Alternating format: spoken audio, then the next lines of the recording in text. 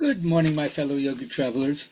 I'm mighty glad to be alive today, and I hope that you are too, as we continue to live, laugh, love, learn, linger, and live the life we love. All right, it's Monday, so it's my going into poetry day, and I hope that you all find the different writers, authors, bards, poets, rappers who speak to you. People have a unique ability to say it good in words. This is from Hafiz, Persian Shakespeare, called No Room for Form. One night when you cross the street from your shop and your house to the cemetery, you'll hear me hailing from inside the open grave, and you'll realize how we've always been together. I am the clear consciousness core of your being, the same in ecstasy as in self-fatigue. That night when you escape your fear of snakebite and all irritations with the ants, you'll hear my familiar voice, see the candle being lit, smell the incense, the surprise meal fixed by the lover inside all your other lovers. This heart tumult is my signal to you igniting the tomb. So don't fuss with the shroud and the graveyard dust. Those get ripped away, ripped open, washed away in the music of our final meeting. So for those of you who are philosophizing about end-of-life issues, as I am, and life itself, hope you enjoyed that. All right, for my journal writing people, if you have 3 things that you could teach people about how to live what a better life is, in your opinion, what would those be? And of course, are you doing those things yourself? Think about it, elevate the conversation with your kin, your near and dear, or those you want to take a risk with, and or let me know, and I'll be glad to pong it back to you and tell you what's going on for me.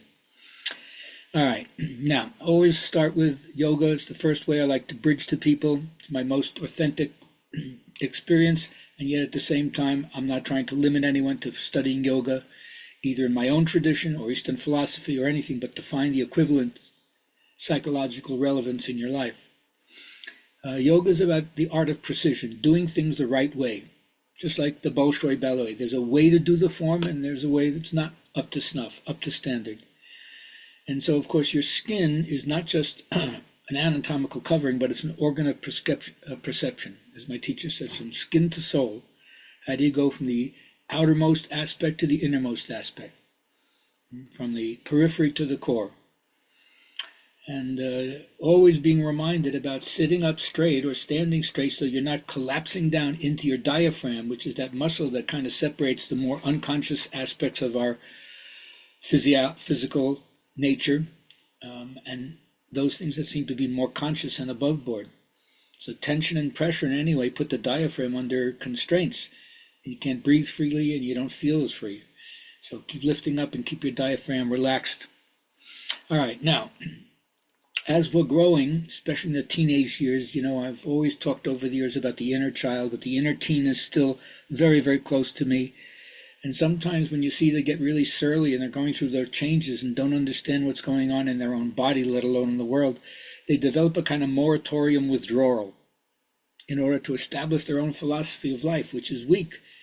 They're always thinking in terms of ideals, which is beautiful. How do I fit in? How do I contribute? But ideals are different than reality because ideals lack conflict.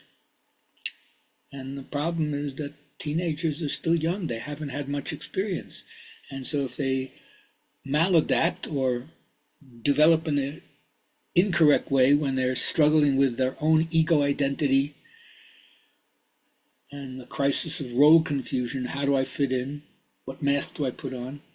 When they don't do this well, then they end up either indifferent or defiant. See if that resonates for you. Anyway, initiation is that time in life when all the indigenous cultures found ways of lifting the person up out of their childhood. And if it was a good initiation, lifts you out of your shame, makes you realize, I have gold in my personality. and then you learn to trust your instincts. And it hooks you up into what I call the archetypal world. And the archetypal world are the instinctually grounded behavior patterns that are hardwired like a blueprint in your own unconscious, and it's built on all the survival adaptational skills that you've developed over millennia. And of course, it's designed to help you discover the spirit within. And even though all cultures in the past have had gender-specific initiations, maybe in the future we'll have a more gender-fluid initiation. But the idea of consciousness is not embodied as male or female or trans or anything. It's just awareness. So the awareness is what's supposed to help people become the carriers of the collective experience of their tribe, their clan, right, their nation, ultimately of humanity. And that's the only way it's going to lead to any kind of responsible stewardship in our community.